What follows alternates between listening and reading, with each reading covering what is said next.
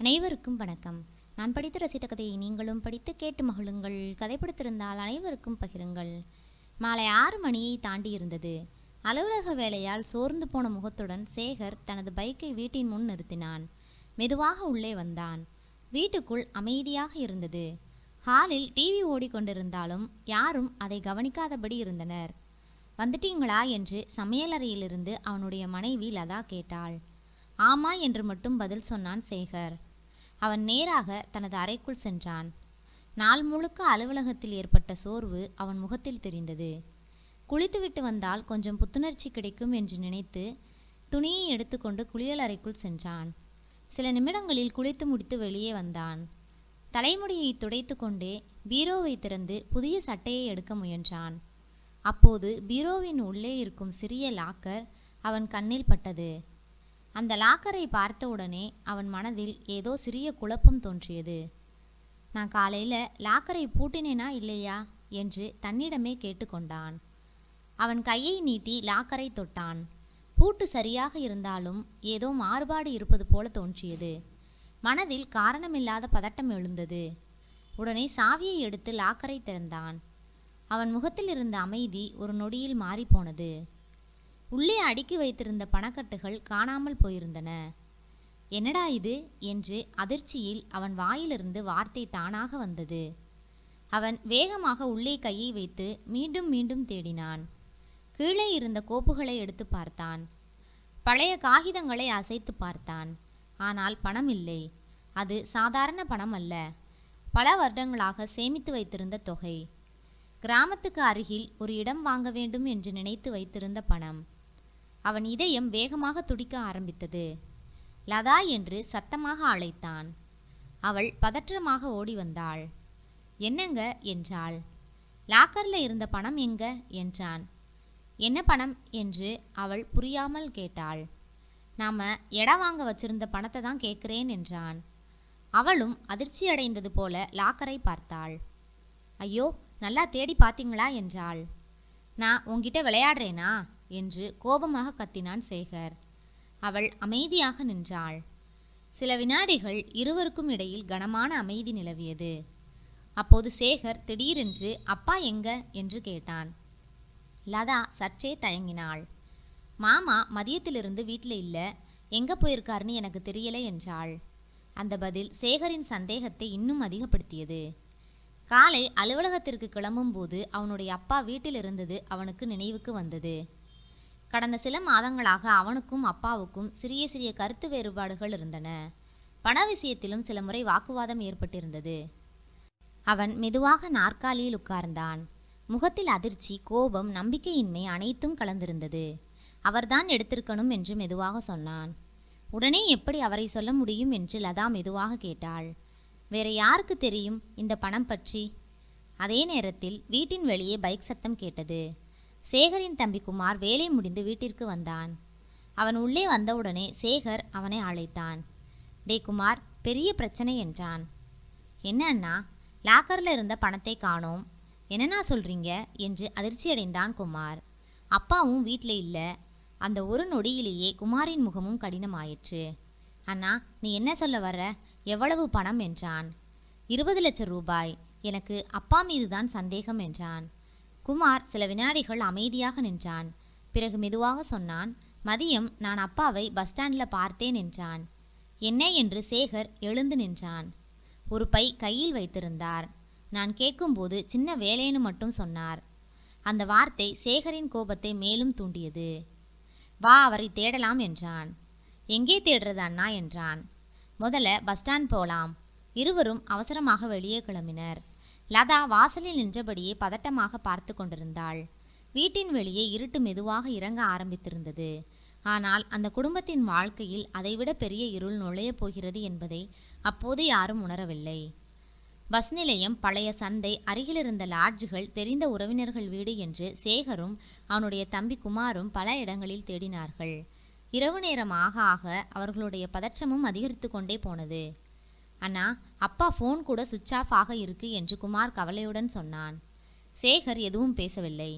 பைக்கை ஓட்டிக்கொண்டே இருந்தான். அவன் மனதில் ஒரே கேள்வி, ஏன் இப்படி செய்தார்? இரவு 10 மணியை தாண்டிய பிறகும் எந்த தகவலும் கிடைக்கவில்லை. சோர்வும் கோபமும் கலந்த நிலையில் இருவரும் மீண்டும் வீட்டிற்கு திரும்பினர். வீட்டின் வாசலில் லதா கவலையுடன் காத்திருந்தாள். கண்டுபிடிச்சிட்டீங்களா என்று அவள் பதட்டமாக கேட்டாள். சேகர் இல்லை என்று தலையசைத்தான். அவர்கள் மூவரும் ஹாலில் அமைதியாக அமர்ந்திருந்தனர். அந்த வீட்டில் டிவி ஓசை மட்டும் கேட்டது. ஆனால் யாருக்கும் அதை கவனிக்க மனமில்லை. சில நிமிடங்கள் கழித்து குமார் மெதுவாக கேட்டான், அண்ணா, காவல் நிலையத்தில் கம்ப்ளைண்ட் கொடுத்துடலாமா? சேகர் உடனே பதில் சொல்லவில்லை. அவன் தலையை குனிந்து சில வினாடிகள் யோசித்தான். வேண்டாம் என்று மெதுவாக சொன்னான். ஆனா அண்ணா, பணம் அதிகம், அப்பாவையும் காணோம் என்றான் குமார். அவசரப்படாதே என்று சற்று கடினமான குரலில் சொன்னான் சேகர். ஒரு நாள் காத்திருந்து பார்க்கலாம் என்றான். குமார் அமைதியாகிவிட்டான். ஆனால் அவனுடைய முகத்தில் குழப்பம் இருந்தது. அந்த இரவு யாருக்கும் சரியாக தூக்கம் வரவில்லை. அறைக்குள் படுத்திருந்த சேகர் விட்டத்தை வெறித்து பார்த்து கொண்டிருந்தான். கண்களை மூடினாலும் அப்பாவின் முகமே நினைவுக்கு வந்தது. அப்போது திடீரென்று ஒரு வாரத்திற்கு முன் நடந்த சம்பவம் அவனுடைய நினைவில் தெளிவாக வந்து நின்றது. அன்று ஞாயிற்றுக்கிழமை மாலை. குமார் வெளியே நண்பர்களை பார்க்க சென்றிருந்தான். வீட்டில் சேகர், அவனுடைய அப்பா ராமசாமி மட்டும்தான் இருந்தனர். சேகர், கொஞ்சம் மேலே மாடிக்கு வா, உன்னிடம் பேசணும் என்று அப்பா மெதுவாக சொன்னார். அவருடைய குரலில் இருந்த தயக்கம் சேகருக்கே புதிதாக இருந்தது. இருவரும் மொட்டை மாடிக்கு சென்றனர். மாலை சூரியன் மெதுவாக மறைந்து கொண்டிருந்தான். அருகில் இருந்த வீடுகளில் குழந்தைகள் விளையாடும் சத்தம் கேட்டது. ஆனால் அந்த மாடியில் மட்டும் ஒரு கனமான அமைதி இருந்தது. ராமசாமி சுவரின் அருகே சென்று நின்றார். சில நொடிகள் எதுவும் பேசவில்லை. என்னப்பா விஷயம் என்று சேகர் கேட்டான். ராமசாமி மெதுவாக திரும்பி பார்த்தார். அவருடைய கண்களில் கவலை இருந்தது. இன்னைக்கு நான் பார்க்கக்கூடாத ஒருத்தவங்களை பார்த்துட்டேன். சேகர் புரியாமல் பார்த்தான். யாருப்பா என்றான். ராமசாமியின் குரல் மெதுவாக உடைந்தது. உங்களோட அம்மா. அந்த ஒரு வார்த்தையை கேட்டவுடன் சேகரின் முகம் உடனே கடினமாயிற்று. பல வருடங்களாக அந்த வீட்டில் பேசப்படாமல் மறைத்து வைக்கப்பட்டவர். அவர் பெயர் பார்வதி, அவர்களுடைய அம்மா. சின்ன வயதில் 2 மகன்களையும் கணவரையும் விட்டுவிட்டு வேறொருவருடன் ஓடி சென்ற பெண். அதற்கு பிறகு அவரை பற்றி வீட்டில் யாரும் பேசுவதில்லை. சேகர் முகத்தை திருப்பிக் கொண்டான். எங்க பார்த்தீங்க என்று கேட்டான். என் நண்பனின் திருமணத்திற்காக புதுக்கோட்டை சென்றபோது பழைய பஸ் ஸ்டாண்டுக்கு அருகே ஒரு கடைக்கு முன் நின்று பிச்சை எடுத்து கொண்டிருந்தார். ராமசாமியின் கண்கள் கலங்கின. ராமசாமி ஆழமாக மூச்சை விட்டார். எனக்கு முதல்ல அடையாளமே தெரியல. ரொம்ப மாறி இருந்தா. உடம்பு மெலிஞ்சிருந்தது. ஒரு பழைய சேலை, முகம் முழுக்க கஷ்டம் என்று அவர் பேசும்போதே கண்கள் கலங்கின. அவளை பார்த்ததும் மனசுக்கு ரொம்ப கஷ்டமா இருந்துச்சு தம்பி. சேகர் எதுவும் பேசவில்லை. அவளோட கூட இருந்த ஆளும் விட்டுட்டு போயிட்டானாம் என்று ராமசாமி மெதுவாக சொன்னார். இப்ப ரோட்ல வாழ்க்கை. சில நொடிகள் அமைதி நிலவியது. பிறகு அவர் மெதுவாக சொன்னார், அவ கடைசி காலத்துல நம்ம கூட இருந்தா நல்லா இருக்கும்னு எனக்கு தோணுது என்றார். அந்த வார்த்தை சேகரின் உள்ளே பல வருடங்களாக புதைந்திருந்த கோபத்தை கிளப்பியது. அப்பா என்று அவன் திடீரென்று குரலை உயர்த்தினான். ராமசாமி அமைதியாக அவனை பார்த்தார். நாங்க சின்ன வயசுல இருக்கும்போதே அவங்க எங்களையும் உங்களையும் விட்டுட்டு யாரோ ஒருத்தன் கூட ஓடி போனாங்க. அவனுடைய குரலில் வெறுப்பு தெளிவாக இருந்தது. எத்தனை நாள் நாங்க அவமானப்பட்டோம் தெரியுமா? பள்ளியில எல்லோரும் என்ன பேசினாங்க தெரியுமா என்றான். ராமசாமி தலைகுனிந்தார். இப்ப அவங்க கஷ்டப்படுறாங்கன்னு சொல்றீங்க. அது அவங்க செய்த பாவத்துக்கான தண்டனை. சேகர் என்று மெதுவாக ஏதோ சொல்ல முயன்றார் ராமசாமி. ஆனால் என்னால் அவங்கள ஏற்றுக்க முடியாது. அவன் நேராக அப்பாவின் கண்களை பார்த்தான். இனிமே இந்த விஷயத்தை பற்றி என்கிட்ட பேசாதீங்க. அந்த வார்த்தைகள் ராமசாமியின் மனதை குத்தியது போல இருந்தது. அவர் எதுவும் பேசவில்லை. மெதுவாக திரும்பி மாடிப்படிகளில் இறங்கி சென்றார். அப்போது அவர் கண்களில் இருந்த வேதனையை சேகர் கவனிக்கவே இல்லை. இரவு படுத்திருந்தவன் கண்களை மூடி கிடந்தான். ஆனால் தூக்கம் மட்டும் வரவில்லை. அப்பா மொட்டை மாடியில் நின்று பேசிய அந்த மாலை, அவன் கண்களில் இருந்த வேதனை, அவ கடைசி காலத்துல நம்ம கூட இருந்தா நல்லா இருக்கும் என்று சொன்ன குரல் எல்லாமே அவன் மனதில் மீண்டும் மீண்டும் ஒலித்தது. அந்த நினைவுகளோடு சேர்ந்து பல வருடங்களுக்கு முன் நடந்த இன்னொரு சம்பவம் அவன் மனதில் தெளிவாக வந்து நின்றது. அப்போது சேகருக்கு 10 வயது, குமாருக்கு 7 வயது. அவர்கள் வாழ்க்கை முழுக்க மாறிப்போன நாள் அது. அன்று பள்ளியிலிருந்து வீட்டிற்கு வந்த சேகர் வீட்டின் முன் கூட்டம் நின்றிருப்பதை பார்த்தான். அக்கம் பக்கத்தினர் எல்லோரும் மெதுவாக பேசிக் கொண்டிருந்தனர். வீட்டுக்குள் சென்றவுடன் அவனுடைய அப்பா ராமசாமி தரையில் உட்கார்ந்து கொண்டிருந்தார். கண்கள் சிவந்து போயிருந்தது. அப்பா, என்னாச்சு என்று சேகர் பயத்துடன் கேட்டான். ராமசாமி பதில் சொல்லவில்லை. அருகில் இருந்த ஒரு பெரியம்மா மெதுவாக சொன்னாள், உங்க அம்மா வீட்டை விட்டுட்டு போயிட்டாங்கப்பா. அந்த வயதில் அந்த வார்த்தையின் முழு அர்த்தம் சேகருக்கு புரியவில்லை. எங்கே போயிருக்காங்க என்று அப்பாவை பார்த்து கேட்டான். அவரோ தலையை குனிந்து அழுது கொண்டே இருந்தார். அடுத்த 2 நாட்கள் அந்த வீடு முழுக்க குழப்பமாக இருந்தது. பிறகுதான் தெரிந்தது, பார்வதி வேலை பார்த்த ஜவுளி கடைக்கு அடிக்கடி வந்த ஒருவருடன் வீட்டை விட்டு சென்றிருந்தார். அந்த செய்தி தெருவெங்கும் பரவியது. 2 பிள்ளைகளை விட்டுட்டு ஓடி போயிட்டாளாம். அந்த ராமசாமிக்கு இப்படியா நடக்கணும் என்று ஊர் முழுக்க பேச ஆரம்பித்தார்கள். அந்த அவமானத்தை ராமசாமி அமைதியாக தாங்கிக் கொண்டார். ஆனால் அவர் விடவில்லை. காவல் நிலையத்தில் புகார் கொடுத்தார். 3 நாட்கள் கழித்து காவலர்கள் பார்வதியை கண்டுபிடித்து காவல் நிலையத்திற்கு கொண்டு வந்தனர். அன்று ராமசாமி 2 மகன்களையும் அழைத்து கொண்டு காவல் நிலையத்திற்கு சென்றார். சேகருக்கு அந்த நாளை இன்னும் மறக்க முடியவில்லை. காவல் நிலையத்தின் பழைய நாற்காலியில் அவனுடைய அம்மா அமர்ந்திருந்தார். முகத்தில் பயமும் பிடிவாதமும் கலந்திருந்தது. சேகர் அம்மாவை பார்த்தவுடனே ஓடிச் சென்று கட்டிப்பிடித்தான். அம்மா என்று கதறி அழுதான். பார்வதி திகைத்து போய் நின்றார். அம்மா, வீட்டுக்கு வந்துருமா என்று அழுதபடி கேட்டான். நாங்க உன்னை எந்த தொந்தரவும் செய்ய மாட்டோம். நான் நல்லா படிப்பேன். குமார் சண்டை போட மாட்டான். நீ மட்டும் வீட்டுக்கு வந்துருமா. அந்த 10 வயது சிறுவனின் கதறல் காவல் நிலையத்தில் இருந்தவர்களையே கண்கலங்க வைத்தது. சின்னவன் குமார் கூட அம்மாவின் சேலையை பிடித்து கொண்டு அழுதான். அம்மா, போகாதம்மா. ஆனால் பார்வதி முகத்தை திருப்பி கொண்டார். காவல் ஆய்வாளர் கூட பார்வதியை சமாதானப்படுத்த முயன்றார். உனக்கு 2 குழந்தைகள் இருக்காங்கம்மா, யோசிச்சு பாரு. ஆனால் பார்வதி எடுத்த முடிவில் உறுதியாக இருந்தாள். நான் அவர் கூடத்தான் போவேன் என்று மட்டும் சொன்னாள். அந்த ஒரு வார்த்தை ராமசாமியின் இதயத்தை நொறுக்கியது. அவர் எதுவும் பேசவில்லை.